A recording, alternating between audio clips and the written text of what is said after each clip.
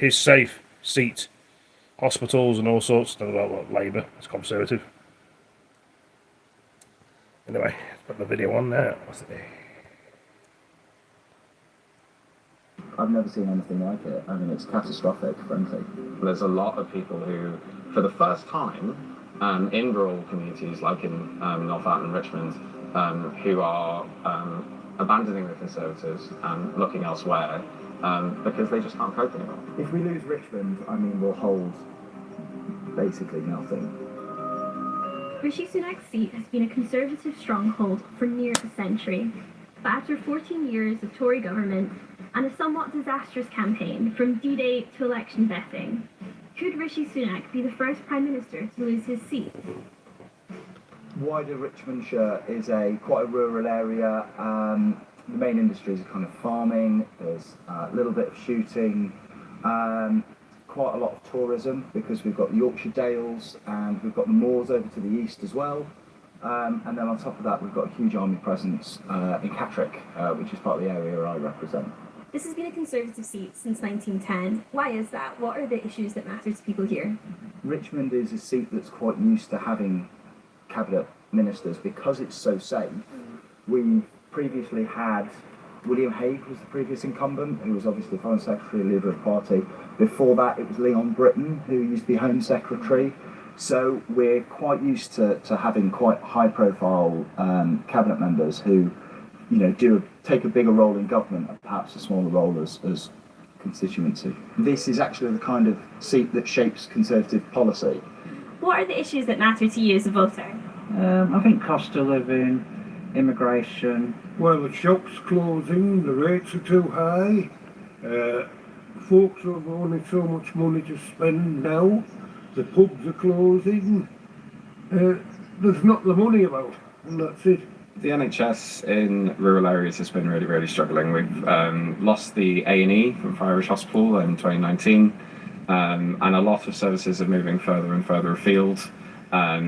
Locally, people are having to travel as far as Darlington for any services. For other services, they may even have to be travelling to Leeds or Newcastle. Like, it's become a real hotbed issue for voters locally. Everyone brings it up, unqueued. And the thing with living rurally is that many people who maybe are more elderly or are poorer are really struggling to access those services. They can't rely necessarily on ambulances arriving on time if elderly relatives fall over. They can't necessarily get easily via public transport to any NHS services outside of Northallerton itself and this side of the constituency. So, you know, that kind of rural living is really compounding the national crises that everyone's facing. Everyone is concerned about the future of the hospital, and I'm standing to make sure that they've got that voice and that we can protect our NHS services in rural communities. And we're in a military constituency, and earlier before we started filming, we were talking about how the cost of living crisis has affected military families in particular. Can you tell us a bit about that? Yeah, I think our military and their families and veterans have all been just incredibly let down over the last 15 years. We've been hollowing out our forces. We've lost 40,000 personnel, 1 in 5 of our Navy ships. But it's not just about the actual state of the military itself, but how we treat those who serve.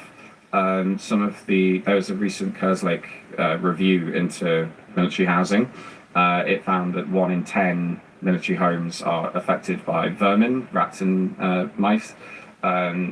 Even more have problems with the electrical wiring, with damp, unclean living. It's a real disgrace. It's really an issue that's gone under the radar for too long. And some of these communities around our, especially Catterick Garrison, are very, very poor. They're reliant on food banks. People are really struggling with cost of living and high energy bills and all the rest. And especially given some of the events in this campaign, I think it's real high time that the welfare of our military and our service members, who we should all be thanking for doing what they're doing, really get to the top of the issue pile. Rishi Sunak is the incumbent in this seat. What sort of local MP has he been? I actually think he's been quite a good local MP. He's done quite a lot of work with veterans up in Catterick. He's helped save the hospital before he was But out of Valley Water. So, Yakida, Wales Water. Save local NHS services are really struggling. The Friarage in the last 5 years lost its A&E department, so locals have to go as It's far a lid as coming Darlington, in. to be Flying seen saucer. for emergencies. That's really difficult for Lid people. from We saucer. can't guarantee that ambulances will arrive on time if people take a stumble. Rishi Sunak, the Prime Minister, is the MP for this seat. What sort of MP has he been? Absent. He got drafted into a safe seat. He's from the south coast. He's taken it over to further his career. He's achieved what he set out to do and become Prime Minister, but I don't think he's made any impact apart from opening a few shops and cutting a few ribbons. I thought the COVID dealings with furlough was excellent. Prime Minister, I don't think he's been given enough time. You know, I mean, the argument of the 14 years of the Conservative Party doesn't stand with regards to him, because he's only been in the job 18 months. But yes, perhaps it is time for a change. No, he has absolutely no idea. And when he says he comes from an NHS background, nah, I'm sorry. I'm from an NHS background. He has no idea. Savanta polling says that he's predicted to lose this seat to Labour. That's unprecedented. Do you believe the polling? To be honest, I don't believe it. No, I've been here since I was 15, I think, and I just can't see it going red. I really can't. But yeah, it is. I've never seen anything like it. I mean, it's catastrophic, frankly. I think one of the things about Richie is, I think he is being. I think he is now the receptacle for 14 years of dissatisfaction, whether it is his fault or not. And there are some things that are his fault, and there are some things that aren't. And basically, I think he's got into a situation which is it's working again now. Eventually, a government becomes so unpopular that policies, good or bad, make it unpopular. What I do think after 14 years, that's the position the Conservatives are in. I think the thermostat of public opinion is basically completely set against us, because we've been in government for so long that the solutions that we are now coming up with are two problems that people feel are our fault, and sometimes they are. I think that's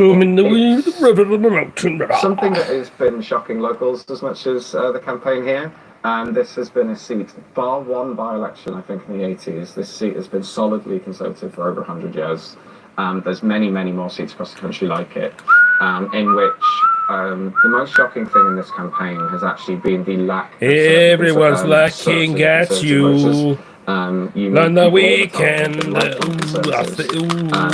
headphones time, in my headphones, little spark of hope that they've been reliant on is going out. In my nose. They see crises across all policy areas, from policing, crime to the NHS, as we've discussed. Hello, people. And Hello. For the first time, many people are switching directly from the Conservatives It's me, to the Labour Jerningham, Party. here. It's pretty clear that the Me, Conservatives Jerningham, I'm over a count. defensive. I wondered Here why again, see? they had It's not an illusion, it's real. been so optimistic early on. It feels Thank you, like there are a lot of Rockstar. people Get off who me seem to fire, really say. accept how bad things are. If you see in the Take me Tory back now, campaign, you know. At the very beginning, it was denial. There was an idea that the polls would tighten as the election They got got closer and closer, and actually that's Skeleton not happening. face. I think because the idea of the polls See? tightening was based on the Skeleton. presumption that we would campaign really, really well, because generally the Conservatives have a really good campaigning machine. I think they've been really shocked by reform, to be honest, because Nigel Farage coming back was an absolute worst case scenario for them. And Nigel Farage is kind of the perfect populist, because he's never been tainted by power. It's interesting because our future is going to be shaped by this election, not just in terms of the MPs, but in terms of the leadership it's candidates who are fucking returning. boiling. Because, you know, Hot today, Amy see? Morton's, I The think, fat quite one over there. capable leader, but she might not even win her Needs to be seat. cool. I think it's anybody with less than 20,000 needs to be quite worried. Welcome to the Which stream. is staggering. Don't This forget to send the rural, cheeky little like. rebellion this kind of rural opposition to the last 14 years of the Conservatives there's been a real spark lit under that opposition, and people are actually Don't forget to excited go smash and that vote. like button. I always voted Conservative, but I'll never do it again. I'm going to vote for Labour Democrat. Really? Labour Democrat. Let's have them in and see what they can do. It would be phenomenal to see him lose his seat, and to make sure that people in safe seats no longer expect that they've got the vote of the local people. Ooh, help me, please. I'm stuck in this time war. Some people Time are machine, fortunate, help me, and pal. wasn't one of them. Anyway, better go. Thank you for all joining me. See you next video. Bye, people. Yeah, peace out.